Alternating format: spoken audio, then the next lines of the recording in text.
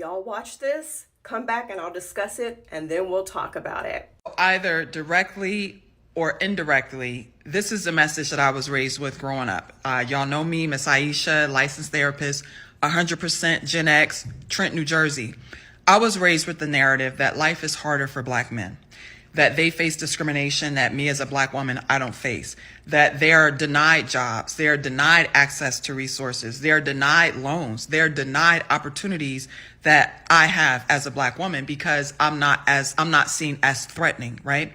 And because of that, I need to lower the standard and lower the bar because I have to keep that reality of racism and discrimination in mind when I'm thinking about Black men. That's the message that I received. I'm only speaking for myself. Y'all let me know if you received that same message growing up. I co-sign everything she said. Go follow her. For a lot of Black women, this is definitely the narrative that we were fed growing up. It's hard out there for a Black man. Make sure you care for your Black man.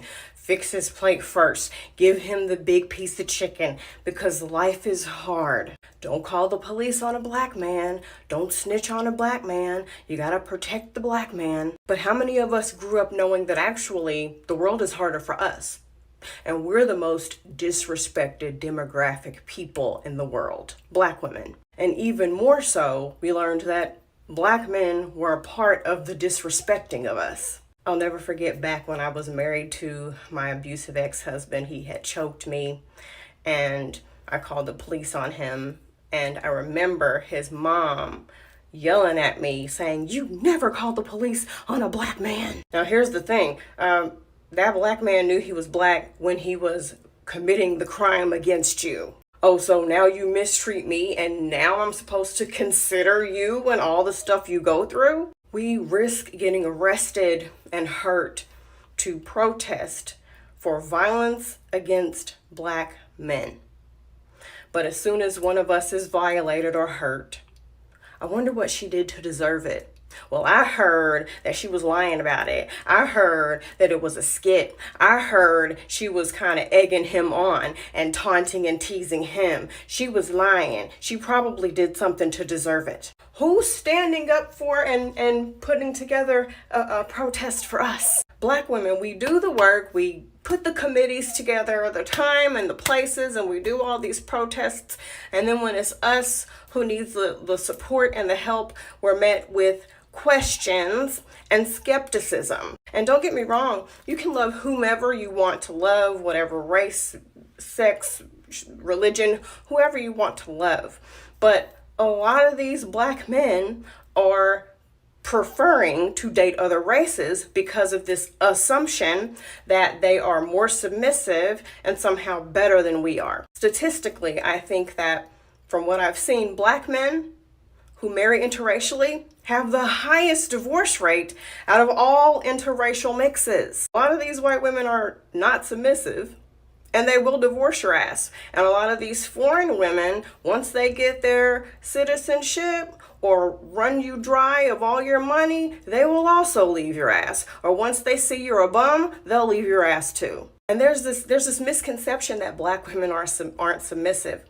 And a lot of us are, unfortunately, to our detriment as we look at the numbers of statistics of domestic abuse and us getting murdered. We're higher than any other race in those statistics, including the statistic of contracting HIV.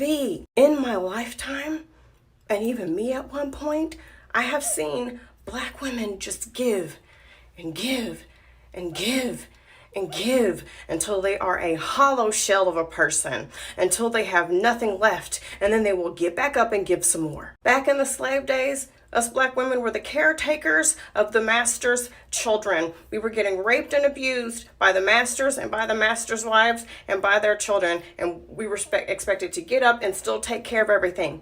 Nothing has changed. Now, when Black women divest and date other races, why do you think people gaslight us into thinking that we're no longer pro-Black and we don't like ourselves and we are running away from our race and we're not proud to be Black? Because they know the truth that they have failed us. And now we are waking up to the fact that, hey, you know what? I'm going to go where the love is for me. I'm going to go where I'm respected and appreciated and seen. And Billy over here, seems to be making the cut. And you know who has the lowest divorce rate?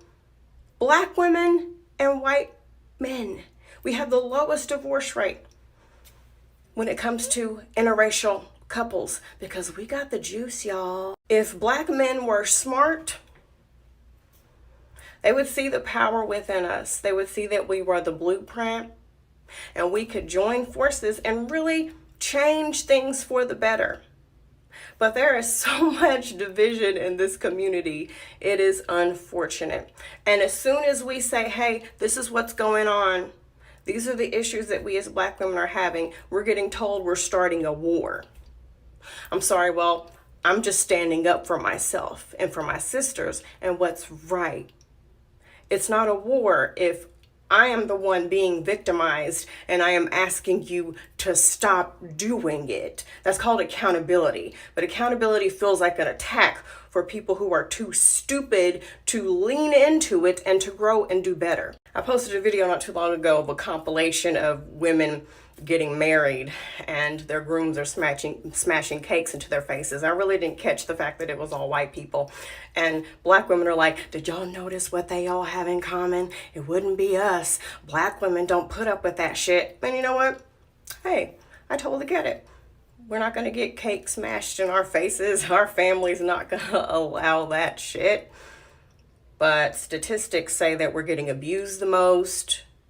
We're getting cheated on the most. We're contracting HIV the most. So sure, make fun of her because her man smashed cake in her face. Sure.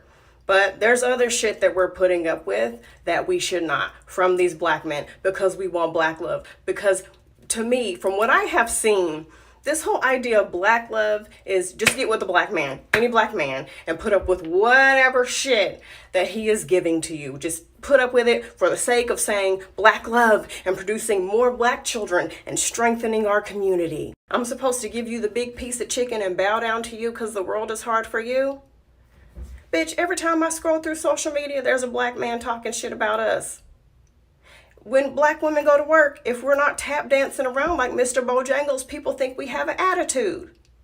If we set any kind of boundary, people think we're being aggressive. No. I want to be with someone where I can come home and rest and not constantly have this expectation that if I'm not licking their butt crack, something is wrong with me. Black women deserve respect and equity. We should be walking around like we have crowns on our head. As a matter of fact, I got a crown back there that I put on all the time to remind myself of who I am. If you disrespect me, I'm calling the police on your ass. You put me in danger, I'm snitching, I'm telling every fucking thing. And if you don't want me, I don't want you either.